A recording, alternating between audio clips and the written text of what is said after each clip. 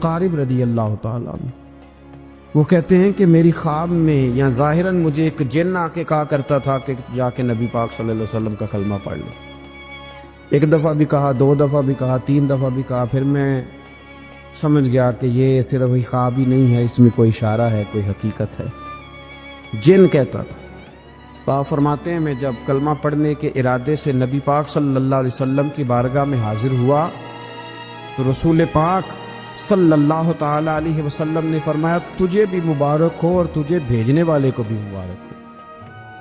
تجھے بھی اللہ جزا دے اور تجھے بھیجنے والے کو بھی اللہ تعالی جزا عطا فرمائے. اس سورہ مبارکہ کے بعد پھر سورہ محمد صلی اللہ تعالی علیہ وسلم، سورہ محمد شروع ہوتی ہے. اس سورہ مبارکہ میں ترغیب جہاد، مجاہدین کو بشارتوں، منافقین کی صفات اور سازشوں اور مسلمانوں کو منافقین سے خبردار کرنے کا بیان ہے. غزوہ بدر سے پہلے اسلام کے تفصیلی جنگی قانون نازل نہیں ہوئے تھے. اس سورہ مبارکہ کی آیت نمبر 4 میں فرمایا کہ جب جنگ ختم ہو جائے اور مسلمانوں کو غلبہ حاصل ہو جائے تو جنگی قیدیوں کے ساتھ 3 طرح کا سلوک کیا جا سکتا ہے. مسلمانوں کے پاس جو جنگی قیدی ہوں گے ان کے ساتھ 3 قسم کا سلوک کیا جا سکتا ہے. سورہ محمد کی آیت نمبر 4 میں اس کو بیان فرما دیا. ایک تو یہ کہ انہیں قید کیا جائے گا تاکہ وہ مسلمانوں کو دوبارہ شر نہ پہنچا سکیں، یہ پہلا حال ہے. اور دوسرا حال یہاں یہ بیان کیا گیا کہ ان کی اصلاح اور قبول اصلاح کی امید ہو کہ اگر یہ ٹھیک ہو جائیں گے، اسلام کی طرف آ جائیں گے، شر چھوڑ دیں گے تو ان پر احسان کر کے انہیں آزاد کیا جائے. اور تیسرا حال یہ کہ یہاں پھر ان سے فدیہ لیا جائے اور انہیں آزاد کر دیا جائے. پھر اسی سورہ مبارکہ کے اندر اللہ تبارک و تعالیٰ نے ایک اسلوب بیان کیا، ایک بہت بڑے راز سے پردہ اٹھایا اور ایک بڑی اہم بات ان لوگوں کے لیے بیان کی جو دین کا کام کرنے والے ہیں، جو پیغام دین پھیلانے والے ہیں، جو دین کی کوئی سی بھی ڈیوٹی کرنے والے ہیں. اگر وہ مخلص ہو کر للہیت کے ساتھ دین کا کام کرتے ہیں تو اللہ تبارک و تعالیٰ نے ایک اسلوب بیان فرما دیا. ارشاد فرمایا یا ایھا الذین آمنوا ان تنصروا اللہ ینصرکم ویثبت اقدامکم. فرمایا ایمان والو اگر اللہ کے دین کی تم مدد کرو گے تو پھر اللہ تمہاری مدد کرے گا اور اللہ تمہارے پیروں کو جما دے گا. تمہیں اللہ ثبات عطا فرمائے گا، تمہیں اللہ استقامت عطا کرے گا. اگر تم خلوص کے ساتھ، للہیت کے ساتھ دین کا کام کرو اللہ تمہاری مدد کرے گا، تمہارے قدموں کو جمائے گا. لیکن اگر اس کے اندر تمہارے ذاتی مفادات ہیں، اگر اس کے اندر تم نے نام دین کا لیا ہے اور تم اس سے کما دنیا رہے ہو، رسول کائنات صلی اللہ تعالی علیہ وسلم نے فرمایا جس شخص نے دین کا علم اس لیے حاصل کیا کہ وہ علماء سے بحث کرے گا یا جاہلوں پہ روب جمائے گا، اسے تو اللہ جنت کی خوشبو بھی عطا نہیں کرے گا. تو اگر تم اللہ کے دین کی مدد کرو، غلبہ دین کے لیے اپنا کردار ادا کرو، نفاذ دین کے لیے جد و جہد کرو گے تو اللہ تمہاری مدد کرے گا، اللہ تمہارے حال پہ رحم فرمائے گا، اللہ تمہارے لیے آسانیاں کر دے گا.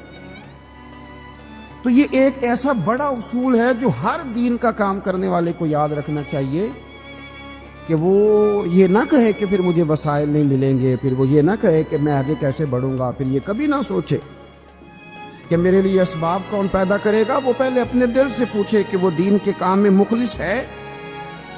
ٹھیک ہے مشکلات آئیں گی اور وہ مشکلات کا آنا بھی اس کے لیے باعث راحت بنے گا، وہ مخالف ہوا کا آنا بھی اسے اونچا اڑا لے گا، لیکن وہ دین مصطفیٰ کریم علیہ السلام کی مدد کرے.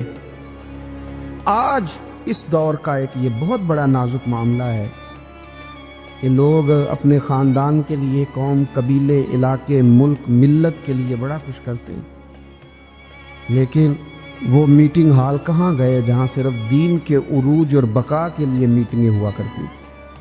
آج لوگ ذاتوں کے عروج کے لیے بہت بڑے بڑے اجتماعات منعقد کر رہے ہیں، لیکن ضرورت ہے آج ان بڑے بڑے اجلاسوں کی، ان بڑے بڑے اجتماعات کی کہ جس میں عروج دین کے لیے بات کی جائے، دین کو آگے لے جا کر کے بڑھانے کی کوشش کی جائے۔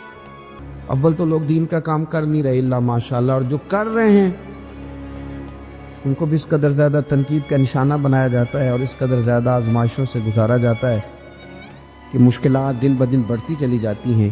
کوشش کریں دین کے لیے اپنا کردار ادا کریں، اور اگر آپ اور کچھ نہیں کر سکتے تو کم از کم جو لوگ دین کا کام کر رہے ہیں ان کے لیے خیر کا جملہ بولیں، ان کی اخلاقی آپ مدد کریں، آگے بڑھیں۔ اللہ ہمیں سمجھنے کی توفیق عطا فرمائے۔ اسی سورہ محمد کی آیت نمبر 29 میں فرمایا کہ جن لوگوں کے دلوں میں نفاق کی بیماری ہے، انہوں نے گمان کام رکھا ہے کہ اللہ تعالیٰ ان کے دلوں کے فتنے کو ظاہر نہیں کرے گا۔ کیا وہ یہ سوچتے ہیں کہ ہمارے دلوں میں اگر نفاق کی بیماری ہے تو ہماری اس بیماری کو ظاہر نہیں کیا جائے گا؟ حضرت انس بن مالک رضی اللہ تعالیٰ عنہ فرمایا کرتے تھے کہ سورہ محمد کی اس آیت کے نازل ہونے کے بعد پھر کوئی بھی منافق چھپا نہیں رہا، جتنے منافقین تھے سارے ظاہر ہو گئے، ظاہر کر دیے گئے۔ اللہ تبارک و تعالیٰ نے پھر ان کے پردے کھول دیے۔ اس سے آگے پھر سورہ فتح شروع ہوتی ہے۔ اس صورت میں فتح مکہ کی بشارت بھی ہے، بیت رضوان بھی ہے، نبی پاک علیہ السلام کی تعظیم و توقیر کرنے اور منافقوں کے دلوں کے احوال کا بیان بھی ہے۔ اسی سورہ مبارکہ کے اندر اللہ تبارک و تعالیٰ نے ارشاد فرمایا کہ انا ارسلناک شاہدا و مبشرا و نذیرا، اے محبوب بے شک ہم نے آپ کو گواہ بنا کے بھیجا ہے، خوشخبری دینے والا اور ڈر سنانے والا بنا کے بھیجا ہے۔ یہ شانیں آپ کو دی ہیں لتؤمنوا باللہ ورسولہ، تاکہ لوگ اللہ پہ بھی مان لائیں اور اللہ کے رسول پہ بھی مان لائیں، وتعزروہ وتوقروہ، اور اے محبوب علیہ الصلوۃ والسلام پھر وہ آپ کی تعظیم اور توقیر کریں، وتسبحوہ بکرۃ واصیلا، پھر صبح و شام وہ اللہ کی پاکی کا بیان کریں۔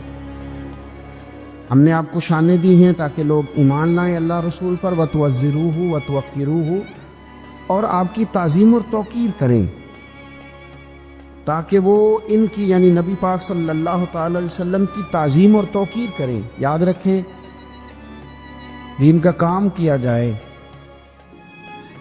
دین پڑھا جائے، لیکن استاد کی تعظیم نہ کی جائے۔ وہ کام ضرور ہوتا ہے لیکن اس میں لذت نہیں ہوتی، کام ضرور ہوتا ہے پر کیفیات سے خالی ہوتا ہے۔ صحابہ کرام علیہم رضوان دین کا کام بھی کرتے تھے، بڑی بڑی مشکلات میں بھی رہتے تھے، لیکن نبی پاک صلی اللہ تعالی علیہ وسلم کی تعظیم بھی انہیں ہمیشہ یاد رہتی۔ ہر موقع پر جنگ ہو، صلح ہو، امن ہو، گھر ہو، سفر ہو، حضر ہو، ہر موقع پر انہوں نے رسول کائنات صلی اللہ تعالی علیہ وسلم کی تعظیم کا خیال رکھا۔ ادب مصطفیٰ صلی اللہ علیہ وسلم ایک منٹ کے لیے نہیں بھلایا۔ جب ایمرجنسی کے حالات ہوتے ہیں نا، اس وقت کئی دفعہ مشکل ہوتی ہے، انسان کے لیے تعظیم کرنا مشکل ہو جاتا ہے ایمرجنسی کے حالات میں۔ یہاں اگر میرے کپڑے کو آگ لگ جائے تو آپ حضرت صاحب، علامہ صاحب، پیر صاحب، قبلہ نہیں کہیں گے، آپ کہیں گے محترم آگ لگ گئی ہے۔ اس موقع پر آداب کرنا ایمرجنسی میں یہ انسان کو یاد ہی نہیں رہتا، لیکن غار ثور میں جناب ابو بکر صدیق رضی اللہ تعالیٰ عنہ کے پیر کو جب سانپ نے ڈسا تو اگر آپ سیرت کی کتابیں اٹھا کے دیکھیں، نبی پاک علیہ السلام نے پوچھا کیا ہوا؟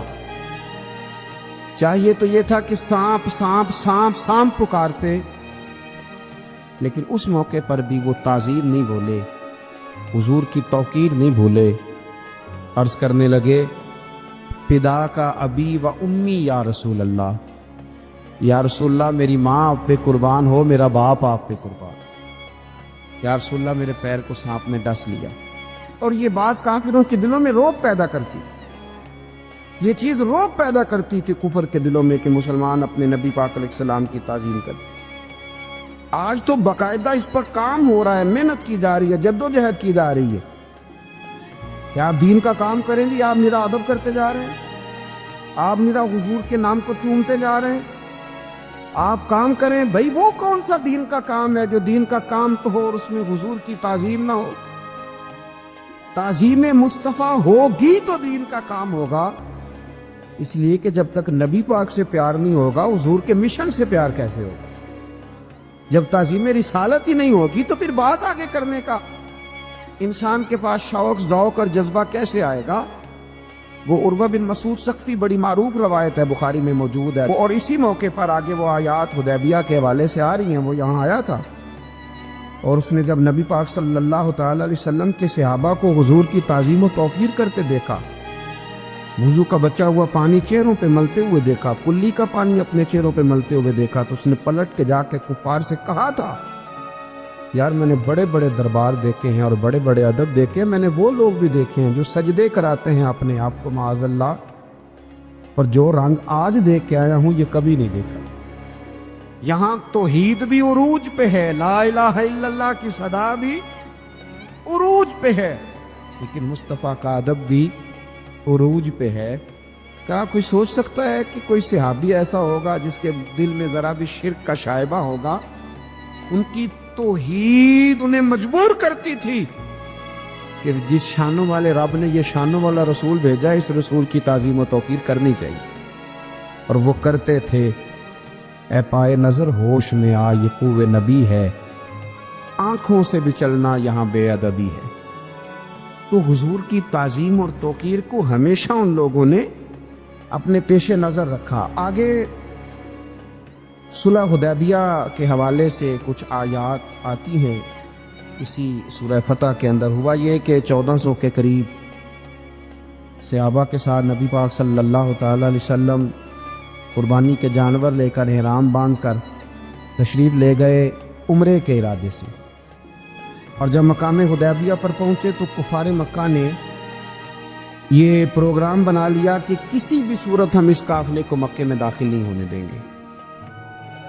رسول کریم صلی اللہ تعالی علیہ وسلم نے اپنے 1400 صحابہ میں سے بطور سفیر کے جن کو نامزد کیا وہ حضرت عثمان غنی رضی اللہ تعالی، فرمایا عثمان غنی معاملہ فہم ہیں، باشعور ہیں، چیزوں کو سمجھتے ہیں۔ دیکھیے حضور کی نظر انتخاب حضرت عثمان غنی پہ پڑی، حضور صلی اللہ علیہ وسلم نے انہیں بھیجا، فرمایا جا کے قریش کو، کفار کو، مکے کے لوگوں کو، سرداروں کو یہ بتلاؤ کہ ہمارا مقصود لڑائی کرنا نہیں ہے، ہمارا مقصود مکے پہ چڑھائی کرنا نہیں ہے، ہمارا مقصود فقط اور فقط عمرہ کرنا، عمرہ کریں گے اور واپس چلے جائیں گے۔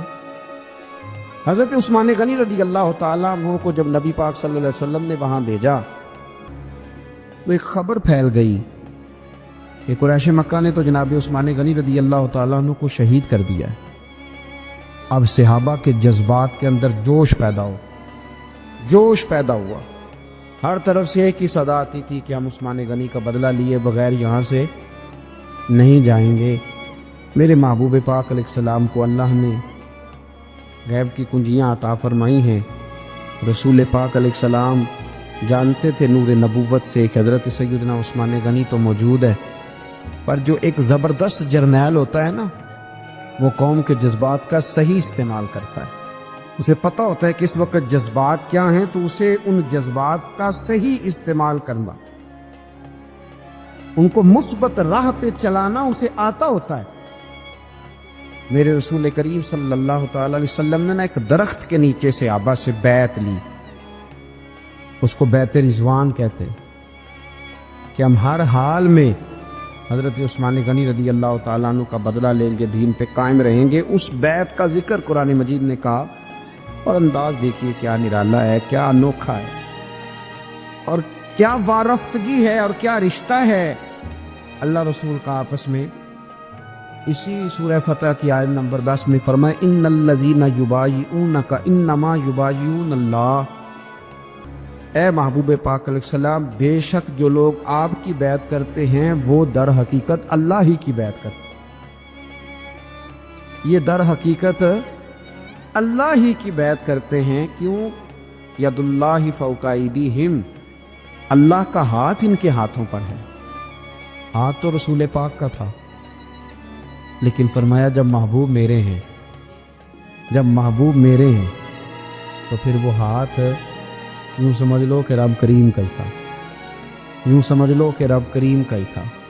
خدا کی رضا چاہتے ہیں دو عالم، خدا چاہتا ہے رضائے محمد صلی اللہ علیہ وسلم.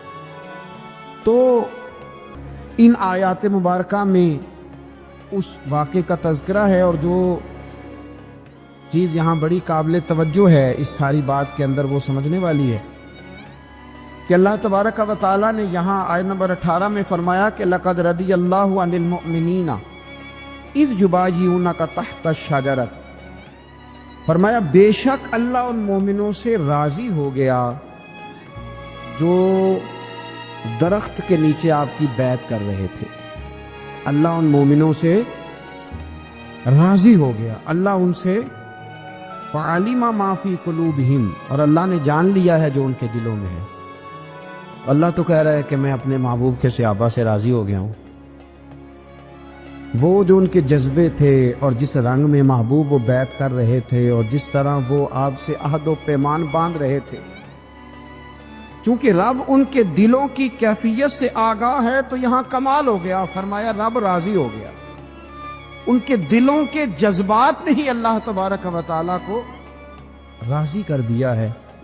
تو اس سورہ فتح کے اندر اللہ تبارک و تعالیٰ نے اس خوبصورت عنوان کا تذکرہ فرمایا. پھر اس سے آگے جب ہم ذرا بڑھتے ہیں تو سورہ حجرات شروع ہوتی ہے.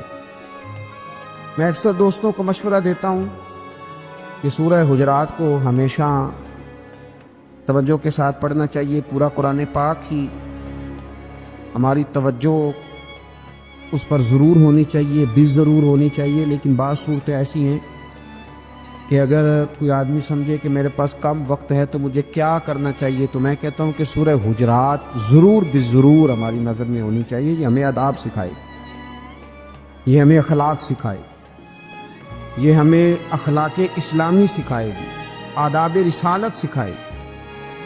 سورہ حجرات کی پہلی آیت فرمایا یا ایھا الذین آمنوا لا تقدموا بین یدی اللہ ورسولہ، اللہ اور اس کے رسول سے آگے نہ بڑھو. بعض صحابہ کرام نے عید الاضحیٰ کے دن نبی پاک صلی اللہ علیہ وسلم سے پہلے قربانی کر لی تھی، تو فرمایا میرے نبی سے آگے نہ بڑھو، واتقوا اللہ، اللہ سے ڈرو. ان اللہ سمیع علیم، بے شک اللہ سننے والا بھی ہے اور جاننے والا بھی. غربا کیوں یہ سمجھ بیٹھتے ہیں کہ جس کے پاس پیسے زیادہ ہیں شاید فضل بھی زیادہ اسی کے پاس ہے؟ کیوں اس احساس سے باہر نہیں آتے؟ اگر دولت بہت اعلیٰ ہوتی نا اور بڑی ہی قیمتی ہوتی تو سب سے زیادہ سیدہ فاطمہ زہرا کے گھر میں ہوتی، سب سے زیادہ تجوریاں سیدہ عائشہ صدیقہ کے پاس ہوتی. لیکن یہ زیادہ قیمتی نہیں تھی، اس لیے دروازہ رسول پہ بھی نہیں تھی.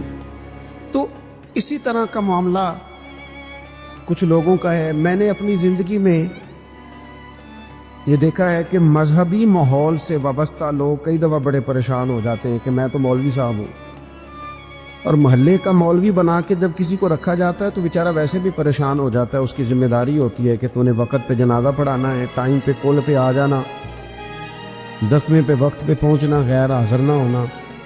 کچھ جگہوں پہ یہ بھی رواج ہے کہ جناب آپ کو 7 دن اور 10 دن مسلسل بیٹھنا ہے اور پڑھائی کرنی ہے.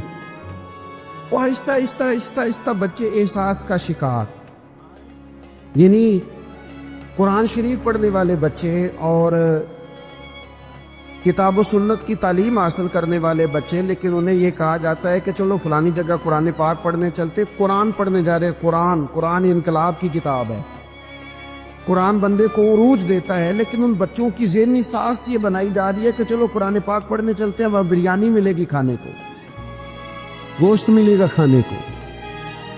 شکایت ہے مجھے یا رب خدا بندان مکتب سے، سبق شاہی ہے بچوں کو دے رہے ہیں خاک بازی کا.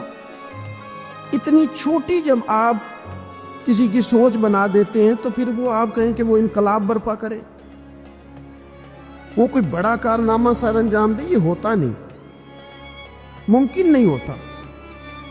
جب آپ آہستہ آہستہ کر کے احساس کمزوری کے نیچے دبتے چلے جاتے ہیں، دبتے، حالات خراب ہو جاتے ہیں۔ ہمارے بزرگ ہمیں کہا کرتے تھے کہ مولوی ہونا کوئی تانا ہے، اور ہم نے حالات بدلتے دیکھے۔ ایک ٹائم ایسا تھا کہ مولوی ہونا لوگ تانا سمجھتے تھے، ہمیں بھی کہتے ہیں مولوی صاحب ادھر آئیں۔ آپ کو دیانتداری سے کہتا ہوں، ہم نے وہ دور بھی انجوائے کر کے گزارا ہے۔ جے کسی ایک باری مولوی آکھے تو انہوں آکھے یار کوئی پریشانی والی گل ہے، شکر ہے اسی مولوی ہے، یہ کوئی پریشانی ہے؟ آپ کیوں پریشان ہو گئے؟ مولوی کسی تانے مینے کا نام ہے۔ اور پھر وہ جو کل تک کہہ رہا تھا نا کہ او ہو تسی تو مولوی بن گئے ہو، پھر ہم نے وہ دور بھی دیکھا، اس نے کہا یار 2 منٹ کھڑا ہو تیرے ساتھ تصویر بنانی ہے، وہ دور بھی دیکھا، یہ دور بھی دیکھا۔ تھوڑا سا نا اپنی زندگی کے اندر خودداری، عزت نفس، وقار، اسلام عروج دیتا ہے بندے کو۔ مسلمان تیزی سے دبتے چلے جاتے ہیں، دبتے چلے جاتے ہیں۔ ملک شام کا بندہ آ گیا حضرت عمر کو ملنے، اس نے آتے ہی پوچھا تمہارے بادشاہ کا محل کہاں؟ انہوں نے کہا جی ہمارے بادشاہ کا محل نہیں ہوتا۔ ہمارے ہاں لوگوں نے سمجھ لیا نا کہ روب شاید کپڑوں کا ہوتا ہے، روب شاید گاڑیوں کا ہوتا ہے، بنگلوں کا ہوتا ہے، بہت بڑی کوٹھی کا روب ہوتا ہے۔ اور نہیں بھائی، روب تو بندے کے کردار کا ہوتا ہے، اس کے افکار کا روب ہوتا ہے، روب اس کے اونچے خیالات کا ہوتا ہے۔ کہاں ہے آپ کے بادشاہ کا محل؟ تو نے کہا محل شہل تو کوئی نہیں، مسجد میں ہوں گے امیر المومنین۔ بندہ کہتا ہے میں سوچ میں پڑ گیا کہ جس کے نام سے میرا بادشاہ کانپتا ہے وہ مسجد میں ہوگا، گن میں نہیں کوئی نہیں، ہٹو بچوں کوئی نہیں، ادھر ادھر ہی کوئی نہیں، پہرے دار ہی کوئی نہیں۔ مسجد میں جا کے پوچھا جناب عمر، کہنے لگے ادھر ہی تھے۔ کدھر ہیں بھائی حضرت؟ وہ کدھر ہیں؟ میں کدھر ہی تھے۔ کہنے لگا میں حیران ہو گیا، یہ بادشاہ کی بات ہو رہی ہے۔ ایک صاحب کہنے لگے وہ کھجوروں کے باغ کی طرف جا رہے تھے، کہتا میں کھجوروں کے باغ میں گیا تھا، ایک بندے سے پوچھا امیر المومنین، کہنے لگا وہ سامنے کی طرف جا رہے تھے، ادھر گیا۔ ایک بندے سے پوچھا کہاں ہے وہ شخص، اس کی 24 لاکھ مربع میل پہ حکومت ہے، کہاں ہے وہ شخص جو مدینے میں بیٹھ کے نعرہ لگاتا ہے تو کیسر و کسرا کانپ جاتے؟ وہ بندہ کدھر ہے کہ جس کی بات جگہ جگہ ہوتی ہے، جس کا تذکرہ سنا ہے کہ اسے دیکھ کے شیطان بھی رستے بدل جاتا ہے؟ انہوں نے کہا وہ دیکھ رہے ہو کھجور کے درخت کے نیچے کنویں کے ساتھ مٹی کا ڈھیلا تکیے کی جگہ رکھ کے وہ جو تامت باندھے کرتا پہنے سویا ہے وہی تو فاروق اعظم ہے۔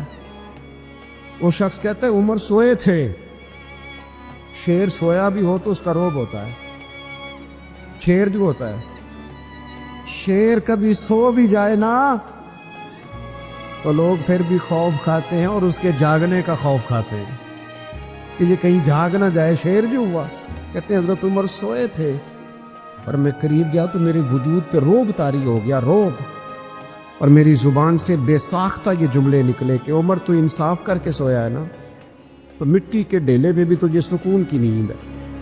خودداری، وقار، عزت، یہ احساس کمتری سے باہر نکلیں۔ ہم نے اپنے بچوں کو مسل ڈالا ہے، وہ تسی ماڑے دے بچے ہو، تسی تو نہیں نہ آگے جا سکتے، وہ اسی غریب لوگ نہ بیٹے تو فلانے کے ساتھ نہ جایا۔ ہم نے اپنے بچوں کی خواہشات تباہ کر دی، کمزور کر کے رکھ دیا، انہیں بار بار سکھایا ہم نے۔ خوددار تھا وہ باپ، اس کی تھوڑی سی آمدن تھی پر وہ گرمیوں میں اپنے پتر سے کہتا تھا پتر بڑولے میں دانے ڈال دیے ہیں، تمہاری ماں نے مرتبان میں اچار ڈال دیا ہے، لو اب ساری گرمیاں پرواہ کوئی نہیں۔ وہ خوددار لوگ تھے، لیکن آج یہ دین غالب ہونے کے لیے آیا ہے، مسلمان نے غالب ہونا ہے۔ یہ تھوڑا اپنی ذات سے اٹھ کر جب سوچے گا نا، بڑی بات کرے گا، بڑی سوچ پیدا کرے گا، بڑا اس کا مزاج ہوگا، کھلا اس کا دل ہوگا، تو پھر نا یہ ذرا سر اٹھا کے جیے گا۔ قرآن مجید کی جو ہے کریمہ میں نے تلاوت کی، اللہ کریم نے فرمایا هو الذی ارسل رسولہ بالہدی ودین الحق، فرمایا وہ قادر مطلق ہے جس نے اپنے رسول کو ہدایت اور حق دے کے بھیجا ہے۔ دو چیزیں دے کے بھیجا ہے، ہدایت اور حق، کتاب ہدایت اور حق حضور لے کے آئے۔ کس لیے بھیجا ہے؟ کہ نیرا تسبیح پڑھیں اور سو جائیں؟ نیرا جناب عبادت کریں اور آرام کریں؟ نیرا جناب تلاوت کریں اور آرام کریں؟ نہ، هو الذی ارسل رسولہ بالہدی ودین الحق، وہ رب ہے جس نے اپنے نبی کو، اپنے رسول کو ہدایت اور حق دے کے بھیجا ہے۔ کیوں؟ کہ لیظہرہ علی الدین کلہ، تاکہ اس دین کو تمام دینوں پر غالب کر دے، اس کو غالب کرے، ہر دین پر یہ دین چھا جائے۔ وَلَوْ كَرِهَ الْمُشْرِكُونَ، اگرچہ مشرکوں کو یہ بات بری ہی لگے، نا پسند آئے، کسی کو نہیں آتی۔ لِيُظْهِرَهُ عَلَى الدِّينِ كُلِّهِ، یہ دین غالب ہونے کے لیے آیا۔ غالب، تو نماز بھی پڑھ، عبادت بھی کر، لیکن یہ بھی خیال رکھ کہ دنیا میں نماز والے نبی کا نظام بھی قائم کرنا ہے۔ تیرے پاس میری مسجد نہیں ہونی چاہیے، حکومت بھی ہونی چاہیے۔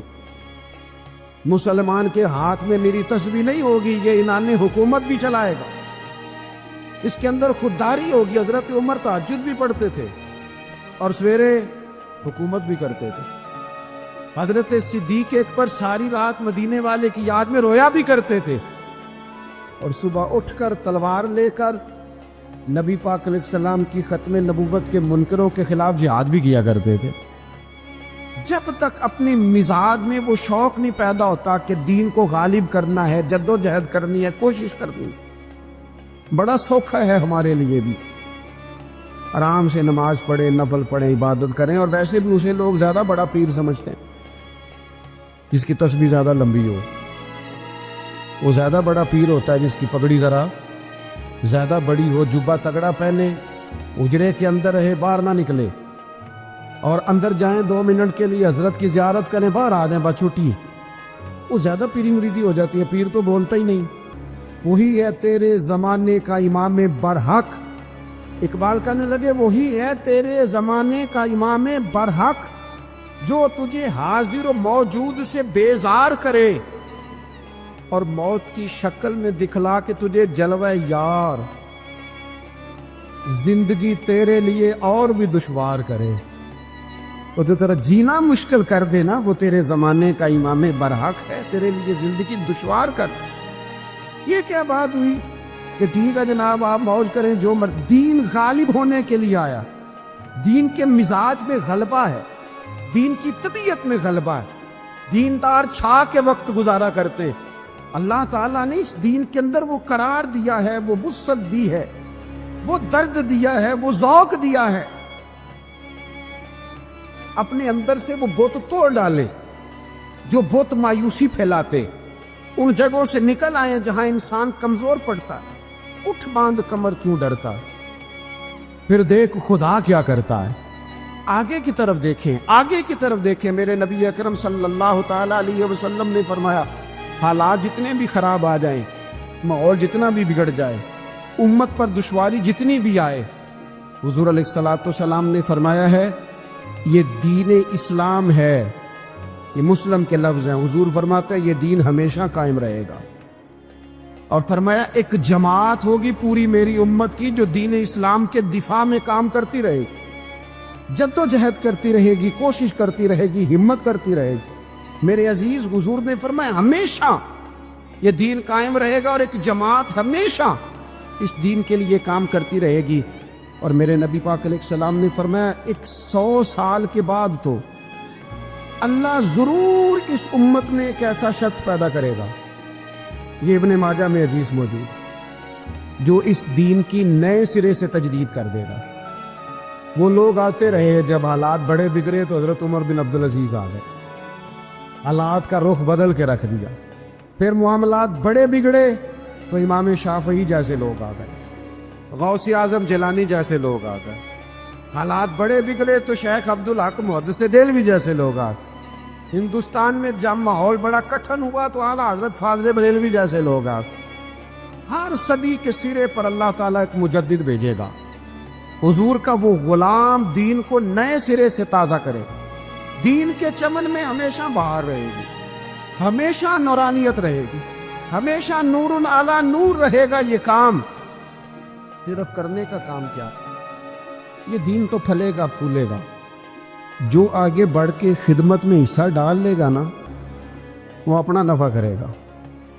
یہ قرآن پاک ہے. یا ایھا الذین آمنوا ان تنصروا اللہ ینصرکم ویثبت اقدامکم. اللہ فرماتے ہیں لوگو اگر تم اللہ کے دین کی مدد کرو گے نا تو اللہ تمہاری مدد کرے گا. وَيُثَبِّتْ أَقْدَامَكُمْ اور تمہارے قدم جما دے گا, تمہیں استقامت دے. تم آگے, اور دین کی مدد صرف پیسوں سے نہیں ہوتی. وہ شخص سمجھے کہ فقط مال سے مدد ہوتی ہے. جب آپ وقت پر آ کر مسجد میں جمعے کی نماز ادا کرتے ہیں تو یہ بھی آپ دین کی خدمت ہی کرتے ہیں. جب آپ دینی اجتماعات کی رونق بڑھاتے ہیں تو یہ بھی آپ دین کی خدمت ہی کرتے ہیں. جب آپ کسی دین کے طالب علم کا حوصلہ بڑھا دیتے ہیں نا, بیٹے بڑی بات ہے قرآن پڑھتے رہنا, یہ بھی آپ خدمت ہی کرتے. جب آپ دین کے بارے میں کسی جگہ بیٹھ کے اچھی بات کر دیتے ہیں, یار اللہ کا فضل ہے ہمارے دین میں یہ خیر اللہ نے رکھی, یہ بھی آپ دین کی مدد ہی کرتے. آپ کسی بھی جگہ کسی بھی حوالے سے دین کے لیے کوئی بھی پیغام دیتے ہیں, کوئی بھی بات کرتے ہیں تو آپ دین کی, یہ ساری خدمات دینیاں ہیں, یہ سارا درد ہے, یہ سارا ذوق ہے. ہم اپنا اپنا حصہ جس طرح بھی ملا سکیں دین کی حمایت میں, دین کی مدد میں. جہاں کوئی ایسی بات ہو رہی ہو وہاں ہم دفاع کے لیے کھڑے ہو جائیں. ہر شخص اپنے اپنے مقام پر دینی ابلاغ میں, دین کی تبلیغ میں اپنا کردار ادا کرے. ایک جملہ کوئی بول دے نا رسول پاک کے دین کی مدد میں, ایک جملہ, یعنی کسی کو صرف اتنا کہہ دینا کہ یار تو اپنے بیٹے کو, تیرے 5 بیٹے ہیں, ایک کو قرآن مجید کا عالم ہی بنا دے. تو کہہ کے چلا گیا اور تو تیری وجہ تجھے خبر بھی نہیں کہ شاید اس نے تیری وجہ سے اسے داخل کرایا ہے. لیکن وہ اگر آ گیا, پڑھ گیا تو دیکھ تجھے اجر اللہ کتنا عطا فرمائے. آتا جملہ بول کے دین کے معاملے میں معاون بنے, کوئی خیر کا لفظ بول کے معاون بنے. ہم نہ ہمت نہیں کرتے, ہم کہتے ہیں وہ فلانا کرے گا, بڑا آدمی کرے گا, مولانا کریں گے, پیر صاحب کریں گے. اپنا اپنا حصہ, اپنی اپنی خیر. حضرت عمر نے بھی بڑا کام کیا ہے دین کی خدمت میں, پر سیدنا بلال کی خدمت کا کوئی انکار کر سکتا ہے؟ ڈیوٹی حضرت صدیق اکبر کی بھی زیادہ ہے, پر جناب سلمان فارسی کی خدمت کا انکار کیا جا سکتا ہے؟ ہر ایک نے کام کیا, ہر نقطے کا اپنا عروج ہے اپنی, اور یہ دین غالب ہوگا, غالب. یہ مت سمجھے تھوڑے سے حالات کمزور آئے ہیں اور تھوڑا سا مسلمان محکوم ہوئے ہیں مالی, اور اپنی کوتاہیوں کی وجہ سے ہوئے, اپنی غلطیوں کی وجہ سے ہوئے, اپنے اعمال کے سبب ہوئے, تو ڈر ڈر کے نہ جیئیں. نبی پاک علیہ السلام نے فرمایا جس نے 3 لوگوں کی عزت کی وہ سمجھے میں نے اپنے رب کی عزت کی. اللہ کا اکرام کیا, بخاری مسلم میں حدیث ہے, اللہ کا اکرام کیا. یا رسول اللہ کس کس کا؟ فرمایا جس نے عدل کرنے والے بادشاہ کی عزت کی وہ سمجھے میں نے اپنے رب کی عزت کی. اور جس بندے نے قرآن پاک کے عالم کی عزت کی, دین کے عالم کی عزت کی, وہ سمجھے میں نے رب کی عزت کی. اور فرمایا جس نے بوڑھے مسلمان کی عزت کی سمجھے میں نے اپنے رب کی عزت کی ہے. اور بعض کو بعض سے درجوں میں فضیلت عطا کر دی.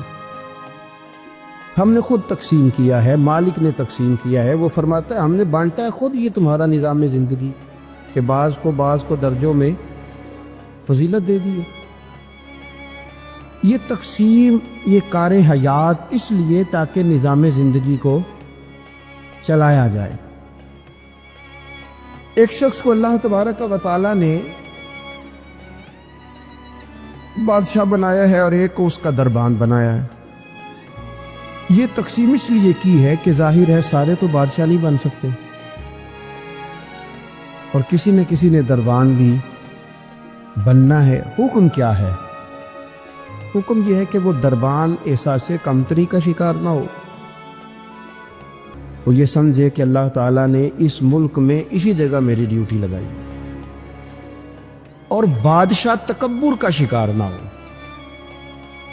وہ یہ تو سمجھے کہ اللہ نے مجھے اعزاز دیا ہے, مجھے فضیلت دی ہے, ملک چلانے کے لیے اللہ تعالیٰ نے مجھے چنا ہے, لیکن وہ اس دربان کو اپنے سے کم تر نہ سمجھے, اسے حقیر نہ سمجھے. اپنے ذہن کے اندر یہ بات بٹھائے کہ جس طرح بحیثیت انسان رب نے مجھے فضیلت عطا کی ہے، اسے بھی اللہ نے اسی طرح ہی فضیلت عطا فرمائی۔ اور اگر انسان ہونے کے ساتھ ساتھ وہ مسلمان بھی ہے، مومن بھی ہے، تو پھر تو نبی پاک صلی اللہ تعالی علیہ وسلم نے فرمایا میرے مومن کی عزت اللہ کی نظر میں کعبے سے بھی زیادہ ہے، پھر تو اور زیادہ فضیلت اس کی سمجھے گا۔ ہم نے نا اس تقسیم حیات کو اپنے اوپر طاری کر لیا ہے، اور کچھ لوگ احساس کمزوری کا شکار ہو گئے ہیں، اور کچھ لوگ ایسے ہیں جو بلا وجہ تکبر کا شکار ہے۔ انسان کو یہ حکم دیا گیا ہے کہ وہ جہاں بھی ہے وہ اللہ کا بندہ بن کے وقت گزارے، اس کے ذہن اور نظریات ٹوٹے نہ، بکھرے نہ، وہ یہ سمجھے کہ اللہ تبارک و تعالیٰ نے اگر کچھ مجھے دیا ہے تو اپنے فضل سے دیا ہے۔ ہمارے ہاں یہ ہوتا ہے کہ اگر کسی شخص کو کوئی چیز خدا اپنے فضل سے دیتا ہے تو وہ اسے نہ اپنا حق سمجھنے لگتا ہے، اور وہ محسوس کرتا ہے کہ یہ معاذ اللہ مجھے ملنی ہی چاہیے تھی، میں اسی کا حقدار تھا۔ وہ چیز پھر اس بندے کو بعض اوقات تکبر میں مبتلا کرتی ہے، بعض اوقات خود پسند بنا دیتی ہے، اور بعض اوقات جو اس کی بہترین صلاحیتیں ہوتی ہیں وہ صلاحیتیں زنگ آلود ہو جاتی ہیں، اخلاقی کمزوریاں اس کے اندر جڑ پکڑ جاتی ہیں۔ محبوب سبحانی حضرت غوث اعظم صمدانی شیخ عبد القادر جیلانی رضی اللہ تعالیٰ عنہ ارشاد فرماتے ہیں کہ تو جہاں بھی ہو نا اپنی سوچ کو عاجزی والی بنا۔ آپ فرماتے ہیں اگر تیری عمر زیادہ ہے اور تیرے سامنے ایک شخص کھڑا ہے جس کی عمر تھوڑی ہے تو اپنے ذہن میں یہ بات بٹھا کہ اس کی عمر تھوڑی ہے تو غلطیاں بھی تو تھوڑی ہیں، اور اگر تیرے سامنے کوئی شخص کھڑا ہے تیری عمر تھوڑی ہے اس کی زیادہ ہے تو پھر یہ ذہن بنا لے کہ اگر اس کی عمر زیادہ ہے تو اس کی نمازیں بھی تو زیادہ ہیں نا، تلاوتیں بھی تو زیادہ ہیں نا، خیرات بھی تو زیادہ ہیں نا، عمر جو زیادہ ہے۔ اور اگر تو ان پڑھ ہے اور تیرے سامنے عالم کھڑا ہے تو اس ترتیب سے عاجزی پیدا کر لے کہ وہ چونکہ عالم ہے تو میں تو بہت سارے کام اپنی جہالت کی وجہ سے غلط کر لیتا ہوں، لیکن وہ عالم ہے تو اپنے علم کی بنیاد پر یقیناً وہ مجھ سے زیادہ خیر کٹھی کر رہا ہے۔ اور اگر تو عالم ہے اور تیرے سامنے جاہل کھڑا ہے تو پھر بھی تو اپنی طبیعت میں عاجزی لا، اور تو یہ ذہن بنا کہ وہ اگر کوئی غلطی کرے گا بھی تو اپنی جہالت کی وجہ سے کرے گا، تو مجھے تو پتہ ہے سارا، ایسا نہ ہو کہ میرا گناہ ڈبل لکھ دیا جائے۔ اب جہاں ہیں جس ترتیب سے ہیں اس ترتیب سے ہی اپنی طبیعت کے اندر عاجزی لائیں۔ نبی پاک صلی اللہ تعالی علیہ وسلم نے فرمایا، حضرت عبداللہ ابن مسعود رضی اللہ تعالیٰ عنہ حدیث کے راوی ہیں، حضور نے فرمایا جس کے دل میں رائی کے دانے کے برابر بھی تکبر ہوا وہ شخص جنت میں نہیں جائے گا۔ تو عرض کی یا رسول اللہ صلی اللہ علیہ وسلم، ایک آدمی اچھا لباس پہنتا ہے، اچھا بن کے رہنا چاہتا ہے، صاف ستھرا بن کے رہنا چاہتا ہے، کیا یہ بھی تکبر ہے؟ سرکار نے فرمایا نہیں، اللہ تو خوبصورت ہے، خوبصورتی کو تو پسند فرماتا ہے۔ تو یا رسول اللہ صلی اللہ علیہ وسلم پھر تقسیم کس طرح کریں؟ تکبر کے مفہوم کو کیسے سمجھیں؟ تو دو باتیں نبی پاک علیہ السلام نے ارشاد فرمائی، سارے عنوان کو ان دو باتوں میں سمجھا جا سکتا ہے۔ محبوب فرمانے لگے تکبر تو یہ ہے کہ بندہ حق قبول نہ کرے اور دوسرے بندوں کو اپنوں سے حقیر سمجھے۔ اگر تیرا کوئی بھی کمال قبول حق میں رکاوٹ بن گیا تب تو متکبر ہے، اور اگر کسی بھی مقام پر جا کر تو کسی کو حقیر سمجھنے لگ گیا پھر تو متکبر ہے۔ ورنہ اچھا لباس پہننے سے بندہ متکبر نہیں ہوتا، اچھی گاڑی میں بیٹھنے سے بندہ متکبر نہیں ہوتا، اچھے گھر میں رہنے سے بندہ متکبر، بلکہ حضرت باجید بستامی رحمۃ اللہ علیہ تو یہاں تک فرماتے ہیں کہ میں نے بہت بڑے بڑے مکانوں میں درویش بستے دیکھے اور میں نے بڑے بڑے جبوں کے اندر تکبر کو ملاحظہ کیا، غرور دیکھا میں نے وہاں۔ عزیز دوستو، اپنے ذہنی سطح اس طرح کی بنائی جائے کہ مزاجوں میں ٹھہراؤ رہے، طبیعتوں میں۔ ہمیں نا 2-3 چیزیں بڑا پریشان کرتی ہیں۔ بعض لوگ ایسے ہیں جو کسی بڑی برادری میں جس کو وہ بڑا سمجھتے ہیں، باقی تو اللہ کو پتہ ہے نا بڑا کون ہے۔ کسی بڑے قبیلے میں جس کو دنیا میں بڑا گردانا جاتا ہے، اس میں اگر وہ پیدا ہو گئے نا تو ان کا یہ گمان بن گیا ہے کہ شاید میرا یہ حق تھا، تو چونکہ مجھے اللہ نے پیدا یہاں کیا ہے تو معاذ اللہ میرا حق بنتا ہے میں تکبر کروں۔ بار بار اپنے لفظوں میں، جملوں میں، اپنے رویوں میں اس بات کا وہ اظہار کرتے ہیں۔ کچھ لوگوں کو اللہ تعالیٰ دولت دیتا ہے۔ دولت اگر محنت سے ملتی تو سب سے زیادہ مزدور کے پاس ہوتی، کیونکہ وہ سب سے زیادہ محنت کرتا ہے۔ یہ تو خدا کے فضل سے ملتی ہے۔ اب جس کو مل جاتی ہے وہ سمجھتا ہے مجھے ملنی ہی چاہیے تھی، ملنی چاہیے تھی۔ اب وہ کسی تکبر کا شکار ہو جاتا ہے، حالانکہ مالک بڑا بے پرواہ ہے۔ صبح کے تخت نشین، شام کے مجرم ٹھہرے، ہم نے پل بھر میں نصیبوں کو بدلتے دیکھا۔ 1 منٹ لگتا ہے، انسان کمزور ہو جاتا ہے۔ تو لوگ دولت کے زور پر اپنے آپ کو تکبر کا شکار کر لیتے ہیں، اور بعض لوگوں کو اللہ تعالیٰ اپنے فضل سے علم عطا کرتا ہے، اور اس سے مراد صرف دینی علم ہی نہیں۔ اگر کسی کے پاس کوئی دنیاوی ڈگری ہے، دنیاوی، میں بڑے ادب سے عرض کروں گا، میں بڑے زمانے سے کچھ نہیں تو مجھے 20 سال ہو گئے ڈاکٹروں کا چکر لگاتے۔ والد صاحب بیمار تھے، والدہ بیمار تھی، خود جانا پڑا، کبھی بچوں کو لے کے جانا پڑا۔ میں نے لہجوں میں بعض جگہ پہ غرور دیکھا، لہجوں میں، یعنی ڈاکٹر کے 2 میٹھے بول نہ بندے کی طبیعت ٹھیک کر دیتے ہیں، لیکن وہ اس کے لہجے میں، اب چونکہ وہ ڈاکٹر ہے، وہ جناب مجھے تکلیف ہے، میں ذرا جلدی چیک کرانا ہوں۔ سب کو تکلیف ہی ہوتی ہے، سارے تکلیف سے جاتے ہیں، باہر بیٹھو دیکھ لیتے ہیں۔ علم اس کا نام ہے کہ دوسروں کو جاہل سمجھا جائے؟ علم اس کا نام ہے کہ آپ کو شعور ہی نہ آئے؟ علم تو آگہی سکھاتا ہے۔ اگر کوئی عالم ہو کر اپنی ماں کے پیر نہیں دباتا تو پھر اس کے علم نے اسے کچھ بھی نہیں سکھایا، اس کے علم نے اسے کچھ بھی نہیں بتایا۔ اگر عالم ہو کر اپنے باپ کا حیا نہیں کرتا تو پھر یہ کورس ہے، اس نے لفظ سیکھے ہیڑے ترچے، اسے سمجھ نہیں آئی لوگوں سے پیار کیسے کرنا تھا۔ آپ کی چیزیں آپ کے اندر روشنی پیدا کریں، آپ کا شعور آپ کو تازہ کرے۔ لیکن نا جتنا پھل زیادہ لگ گیا، ٹہنی اتنی جھک گئی۔ حضرت عبداللہ بن عمر رضی اللہ تعالیٰ عنہ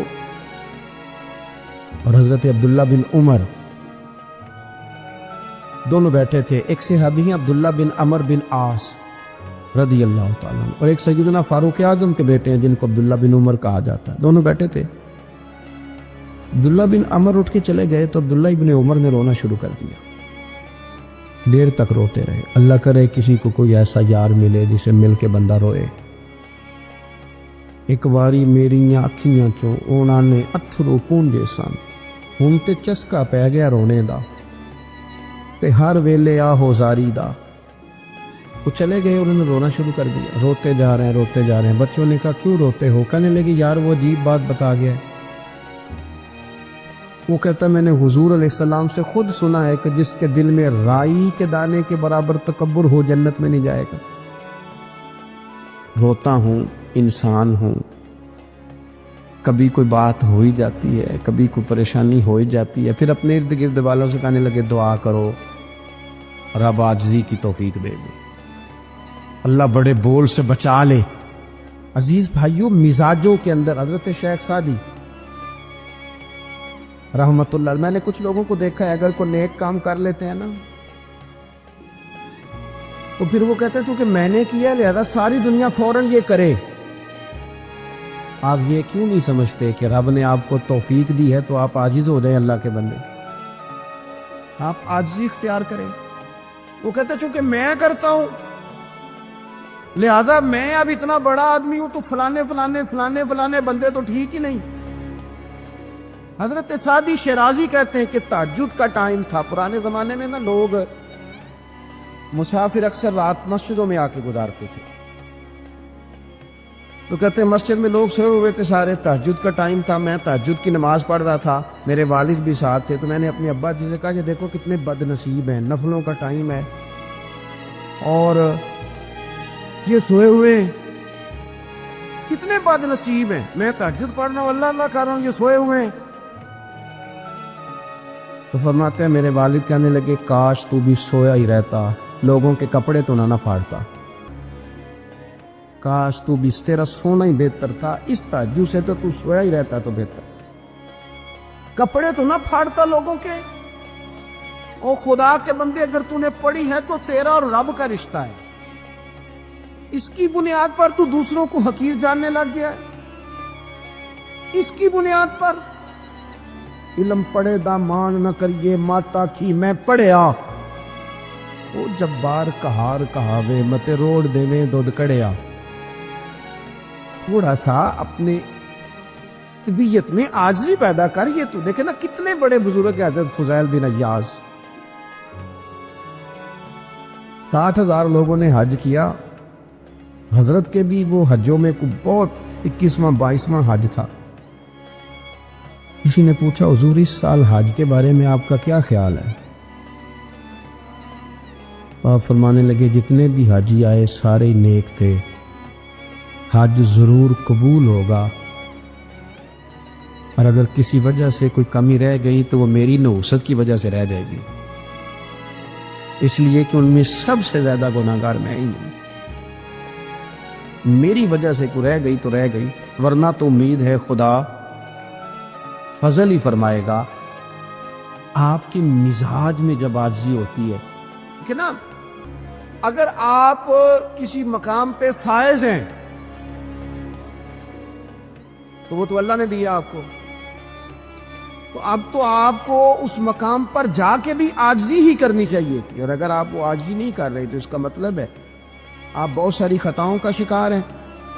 ہمارے زمانے میں نا ایک رواج آیا ہے کمزوریاں بیان کرنے کا, اور کمزوری اکثر وہ بندہ بیان کرتا ہے جو اپنے آپ کو کچھ سمجھتا ہے. لوگ ایک دوسرے کی کمزوریاں ڈسکس کرتے ہیں, بلکہ پہلے تو لوگ لوگوں کی کمزوریاں بیان کرتے تھے, اب جماعتیں جماعتوں کی کمزوریاں بیان کرتے ہیں, اب پارٹیاں پوری پارٹیوں کی کمزوری بات اتنی اجتماعیت تک چلی گئی کہ سوچے محدود سے محدود تر ہو گئی.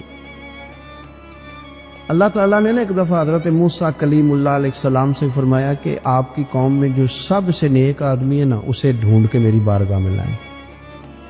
حضرت موسیٰ علیہ السلام نے نا جس کو سب سے زیادہ نیک سمجھتے تھے اسے اللہ کے حضور پیش کیا, مالک یہ سب سے زیادہ نیک ہے, جسے حضرت موسیٰ کلیم نیک کہیں. وہ کتنا کو نیک ہوگا, یا اللہ یہ نیک ہے. حضرت موسیٰ علیہ السلام سے رب کریم نے فرمایا اب اس بندے کی ڈیوٹی لگاؤ کہ یہ اس قوم میں جو سب سے گناہگار ہے وہ بندہ ڈھونڈ کے لائے. اگر یہ ڈیوٹی ہماری لگتی تو پھر تو اللہ خیر کرے, سارے گناہگار تھے ماں سوائے میرے. خدا مجھے ایسی خدائی نہ دے کہ اپنے سوا کچھ دکھائی نہ دے. جناب اس کی ڈیوٹی لگائیں. حضرت موسیٰ کی گواہی ہے یہ سب سے زیادہ نیک ہے, اس کی ڈیوٹی لگائیں, یہ سب سے گناہگار بندہ ڈھونڈ کے لائے. آپ نے ڈیوٹی لگا دی تو ورز کرنے لگے حضور 3 دن کی مہلت دے, میں بندہ ڈھونڈتا ہوں. 3 دن 3 راتیں گزر گئیں, آنے کا وقت آیا تو اسی نیک آدمی نے کیا کیا, اپنے گلے میں رسی ڈالی اور اپنے ہی ہاتھ سے پکڑ کے لا کے حضرت موسیٰ کلیم کے دست مبارک میں دے کے کہا حضور 3 دن کوشش کی ہے, سب سے زیادہ گناہگار میں ہی ہوں. برے بندے تو میں لبن ٹریا تے جگ تے ملیا نہ کوئی, تے اپنے اندر چاتی پائی تے میتھوں برا نہ کوئی, میں ہی ہوں. حضرت موسیٰ کلیم علیہ السلام فرمانے لگے یہ تو نے کس طرح تجزیہ کیا؟ عرض کی حضور بعض لوگوں کی نا چھوٹی موٹی کوتاہیاں میرے سامنے تھیں, اس پر میں نے غور کیا, لیکن ان کی غلطیاں یقینی نہیں تھیں. میرا گمان ہی تھا، پورا مجھے یقین نہیں تھا کہ یہ غلطیاں ہیں، لیکن جو میری غلطیاں تھیں ان کا مجھے پورا یقین تھا کہ یہ ہیں۔ کسی کی غلطیاں میرے سامنے یقینی نہیں تھی، اپنی کوتاہیاں میرے سامنے یقینی تھی، اور جو زیادہ یقینی چیزیں تھیں نا اس پر جب میں نے غور کیا تو پھر میں سمجھا کہ اس بستی میں سب سے گناہ گار میں ہی ہوں۔ آپ مجھے نہ بتائیں اب میرے لیے آپ نے کیا کرنا ہے۔ جناب موسیٰ وہیں کھڑے تھے تو رب کریم نے حضرت موسیٰ سے کلام فرمایا، وہی فرمائی، فرمایا میرے کلیم اس کو جو سب سے زیادہ فضیلت ملی ہے وہ نمازوں کی وجہ سے نہیں ملی، یہی اس کی عاجزی ہے جس کی وجہ سے رب نے سب سے زیادہ فضیلت عطا فرمائی۔ یہ اس کے ذہن کے اندر بات ہے جس سبب سے اللہ تعالیٰ نے اسے یہ اعزاز دیا۔ تھوڑا سا نا چیزوں کو سمجھا جائے۔ فرمایا کچھ لوگ ایسے ہیں وَمِنْهُمْ مَنْ يَقُولُ رَبَّنَا آتِنَا فِي الدُّنْيَا حَسَنَةً۔ اچھا انہوں نے دنیا بھی مانگی تو صرف دنیا مانگی، حسنہ نہیں مانگی۔ اور یہاں فرمایا کچھ لوگ ایسے ہیں جو رب سے کہتے ہیں یا اللہ ہمیں دنیا میں بھی بھلائی عطا فرما، دنیا بھی دے تو حسنہ دینا، وہ دنیا دینا جو ہمارے دین کو تقویت دے، وہ دنیا دینا جو ہمارے اعمال حسنہ کو مضبوط کرے، دینی معاملات کو تقویت دے، دنیا بھی وہی عطا فرما۔ اور ساتھ کہتے ہیں وَفِي الْآخِرَةِ حَسَنَةً، یا اللہ ہمیں آخرت میں بھی بھلائی ہی عطا فرما، وَقِنَا عَذَابَ النَّارِ، اور ہمیں دوزخ کے عذاب سے بچا، اولئک لہم نصیب مما کسبوا، فرمایا ایسوں کو ان کی کمائی ہی ملے گی، جو انہوں نے کیا ہے وہ خوش نصیبی انہیں ضرور میسر آئے گی، چونکہ دنیا بھی مانگ رہے ہیں آخرت بھی مانگ رہے ہیں۔ ہمیشہ کوئی بھی کام کریں کسی قسم کا بھی، اس میں یہ دیکھیں کہ کیا اس میں میرے لیے کوئی ذخیرہ آخرت بنے گا، کیا یہ کام میری قبر میں، حشر میں، قیامت میں میرے لیے کوئی فائدہ مند ہوگا۔ میں بڑے درد سے عرض کرتا ہوں بعض لوگ دینی کام کرتے ہیں اور ان سے جب سوالات کیے جاتے ہیں تو وہ بعض اوقات تکلیف دہ معاملہ ہو جاتا ہے کہ اس دینی کام کے پیچھے بھی وہ والا خلوص نہیں جو ایک مسلمان کا رب و رسول کے ساتھ ہونا چاہیے، اس دینی کام کے پیچھے بھی کچھ دنیاوی مقاصد موجود ہیں۔ تو اگر بڑی پگڑی اور بڑے جبے کے پیچھے بھی ایک دنیا دار چھپا ہوا ہو، لوگوں کو تو دھوکہ دیا جا سکتا ہے، رب و رسول کو تو نہیں نہ دیا جا سکتا۔ وہاں تو دلوں کا خلوص ہی پہنچتا ہے، وہاں تو نیتوں کا حسن ہی پہنچتا ہے۔ تو اللہ تبارک و تعالیٰ سے جب بھی سوال کیا جائے دنیا اور آخرت کی بہتری کا سوال کیا جائے۔ ایک لفظ ہے حدیث پاک میں جس کو عافیت کہتے ہیں، ترمذی شریف میں حضرت سیدنا عباس بن عبد المطلب رضی اللہ تعالیٰ عنہ آپ کی روایت موجود ہے، فرماتے ہیں میں نبی پاک صلی اللہ تعالیٰ علیہ وسلم کی خدمت عالی مرتبت میں حاضر ہوا، میں نے عرض کی یا رسول اللہ صلی اللہ تعالیٰ علیہ وسلم مجھے ایسی چیز بتائیں جو میں اپنے رب سے مانگوں۔ چیز مانگنی ہوتی ہے نا، بعض اوقات موقع ملتا ہے تو کئی دفعہ انسان امتحان میں آ جاتا ہے، کیا مجھے موقع مل گیا ہے، مجھے کہا گیا کچھ مانگ لو تو بھلا میں کیا مانگوں۔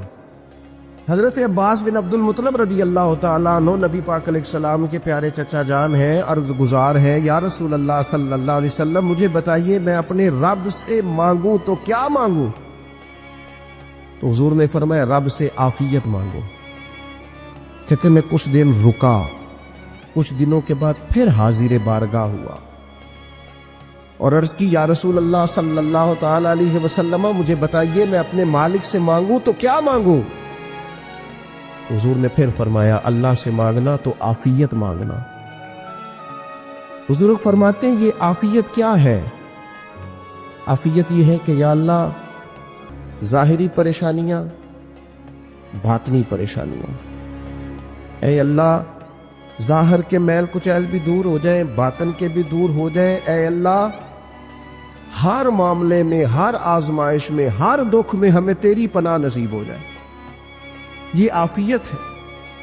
اور صوفیہ کرام فرماتے ہیں عافیت سے بڑی نعمت کوئی نہیں اگر کسی کو میسر آئے تو، عافیت سے بڑا حسن کوئی نہیں اگر کسی شخص کو یہ نصیب ہو جائے۔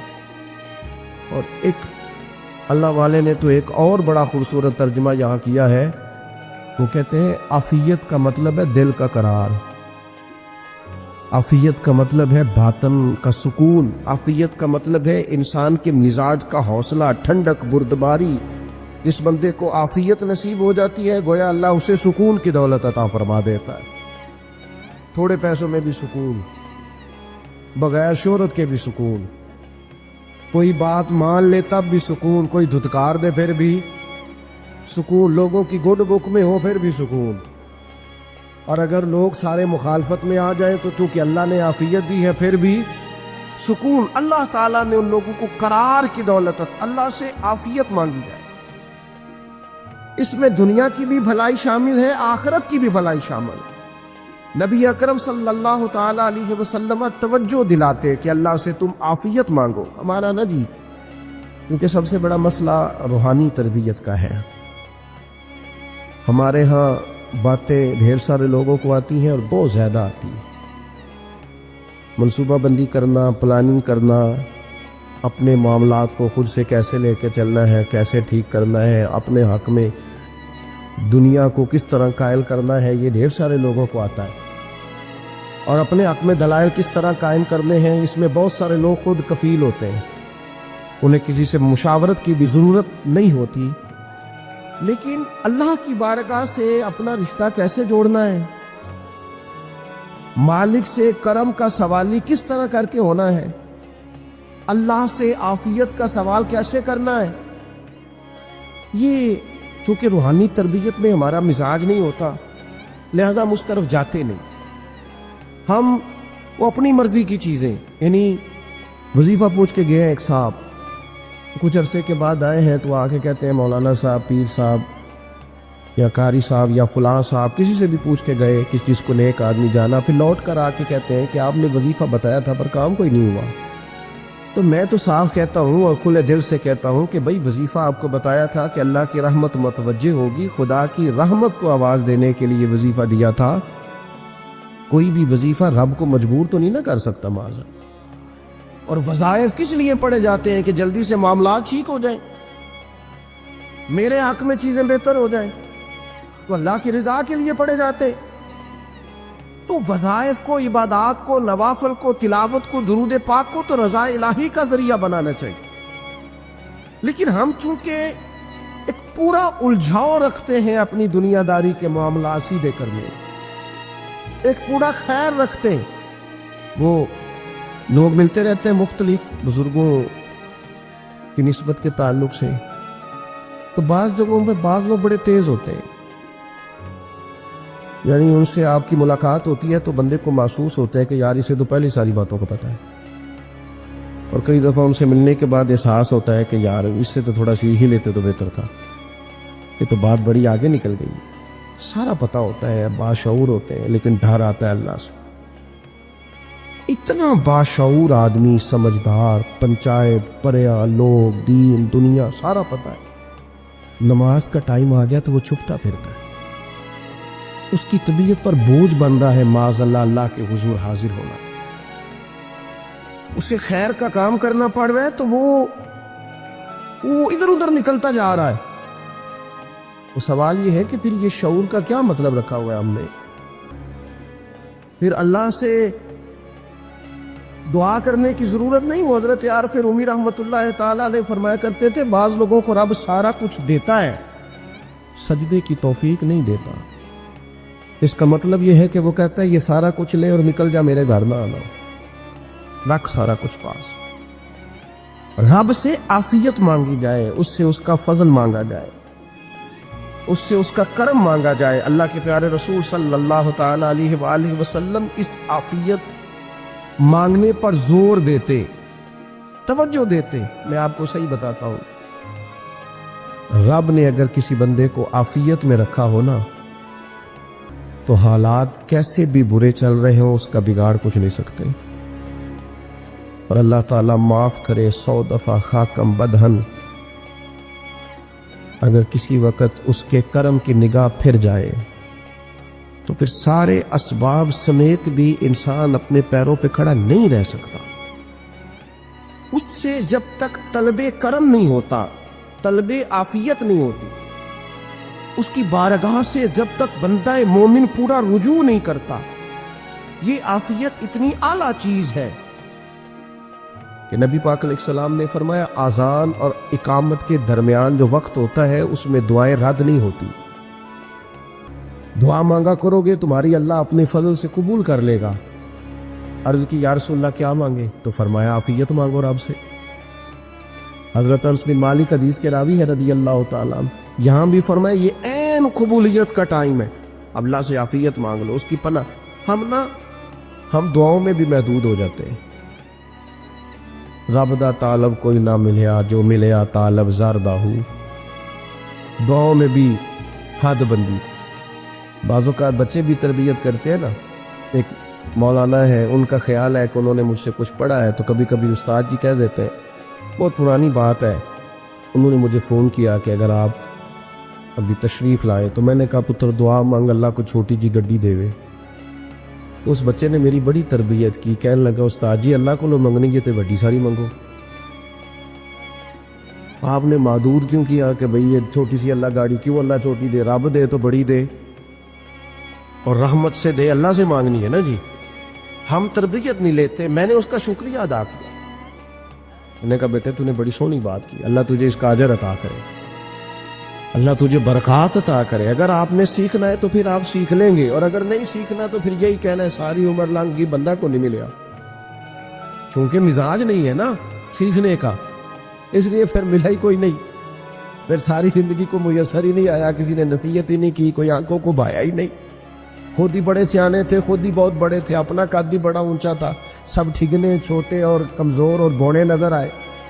عزیز بھائی، جب عافیت، ایک بزرگ تھے ہر وقت اللہ سے عافیت مانگتے تھے، ہر وقت اللہ سے عافیت مانگتے تھے، ہر وقت عافیت مانگتے تھے. لوگوں نے پوچھا، لوگ ان کو صالح جانتے تھے، نیک سمجھتے تھے کہ حضور آپ اور کوئی دعا مانگتے نہیں، عافیت ہی مانگتے ہیں. فرمانے لگے میں مانگا کرتا تھا شروع میں، بعد میں خیال آیا اور بھی دعائیں مانگا کرتا تھا، یہ احساس بعد میں نصیب ہوا. فرماتے میں مزدوری کرتا تھا، مال برداری کرتا تھا، ایک جگہ پہ ڈیوٹی کر رہا تھا تو تھک گیا، اور وہ جو کام لینے والے لوگ تھے ان کے رویہ بھی بڑا ترس تھا، تکلیف ہوئی. تو میں نے اپنے مالک کی بارگاہ میں عرض کی، مالک اگر 2 روٹی بغیر مجھے مشقت کے مل جائے دن میں تو تیری بارگاہ تو بڑی کریم ہے. کہتے ہو میں نے یہ دعا مانگ لی. ذرا میں تھوڑا آگے بڑھا تو 2 بندے آپس میں لڑ رہے تھے، میں ان کی صلح کرانے کے لیے، انہیں بچانے کے لیے آگے بڑھا. تو میں جس کو چھڑا رہا تھا دوسرے نے میرے اوپر ضرب لگا دی، میرا بھی سر پھٹ گیا.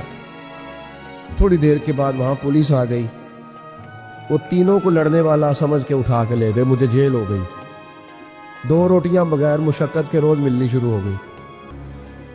دعا مانگی تھی نا کہ یا اللہ 2 روٹیاں مل جائے نا بغیر مشقت کے. کہتے وہ 2 روٹیاں روز ملتی، کوئی کام نہیں کرنا پڑتا، پر جیل ہو گئی. فرماتے میں بڑا پریشان تھا، روز روٹیاں پابندی سے آتی اور بہترین آتی، کھانا ملتا.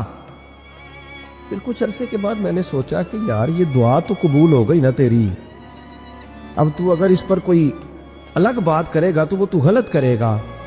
کہتے پھر خود ہی میرے دل میں اللہ نے بات ڈالی اور میں نے عرض کی مالک 2 روٹیاں نہیں، مجھے تو عافیت چاہیے، مجھے تو عافیت دے، میرے اوپر تو کرم فرما، تو نظر رحمت کر، جے ایک قطرہ بخشے مینوں، ایک قطرہ بخشے مینوں تے کام بن جاندا ہی میرا، مہربانی کر عافیت عطا کر. فرماتے پھر خدا نے کرم کیا، کہاں سے اسباب بنے میرے جیل سے چھوٹنے کے، کون کون میرے ضمانتی بنے اللہ ہی جانتا ہے. فرماتے ہیں دروازے بھی کھل گئے، رزق بھی ملتا ہے، صحت بھی میسر ہے، سجدہ بھی کر لیتا ہوں، سویرے تلاوت بھی کرتا ہوں، شام کو مدینے والے کی بارگاہ میں رج کے درود و سلام بھی عرض کرتا ہوں، میں ممکن ہوتا ہے تو کسی غریب کی داد رسی بھی کرتا ہوں. اب سمجھ آئی ہے. ربنا آتنا فی الدنیا حسنۃ وفی الآخرۃ حسنۃ وقنا عذاب